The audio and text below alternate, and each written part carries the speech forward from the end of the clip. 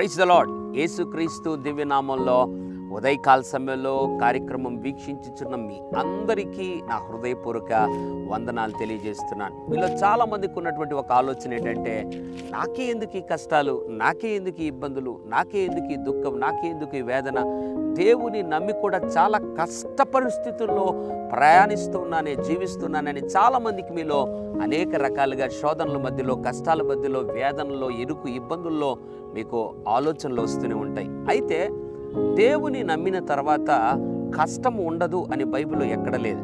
ఇంకా పరలోక రాజ్యము దిశగా, దేవుని రాజ్యము దిశగా, జీవమునకు పోవు మార్గము దిశగా ఎవరైతే ప్రయాణం చేస్తున్నారో వారందరి జీవితాల్లో ఇరుకు ఇబ్బంది ఉంటుంది. అయితే దాని యొక్క ఫలితం విశాలతగా, దాని ఫలితం గొప్ప నెమ్మది, సమాధానంగా ముగిస్తుంది.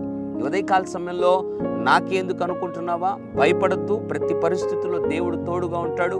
ఉదయకాల సమయంలో నిన్ను మళ్ళీ బలపరచాలని, ధైర్యపరచాలని దేవుడు ఒక మాటను జ్ఞాపకం చేస్తున్నాడు. మత్తయి సువార్త 7వ అధ్యాయం 14వ వచనం, జీవమునకు పోవు ద్వారము ఇరుకును, ఆ దారి సంకుచితమునై ఉన్నది, దాని కనుగొను వారు కొందరే. Praise the Lord. నువ్వు సంతోషించాలి, ఎందుకంటే జీవమునకు పోవు మార్గము, ఆ ద్వారము ఇరుకు, సంకుచితం అన్నాడు.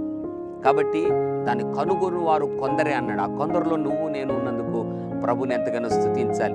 భయపడద్దు, ముందుకెళ్ళు. నిశ్చయముగా దేవుడు జీవమార్గము దిశగా ఉన్న నీకు నాకు తప్పకుండా ఇప్పుడు ప్రస్తుతం అనుభవిస్తున్న ప్రతి కష్టమును దేవుడు తొలగించి గొప్ప విడుదల, విశ్రాంతి లోకములో ఇవ్వడం మాత్రమే కాకుండా జీవములోనికి, అనగా పరలోక రాజ్యం, నిత్య జీవంలోనికి దేవుడు ప్రవేశింపజేస్తాడు. కాబట్టి కొద్దిపాటి కష్టాల్లో కృంగిపోకుండా, నిరాశ నిస్పృహ చెందకుండా విశ్వాసంతో ముందుకెళ్ళగలిగితే దేవుడి జీవితంలో గొప్ప కార్యాలు చేస్తాడు. పరిశుద్ధుడా, ప్రేమ గల తండ్రి, నీకు వందనాలు.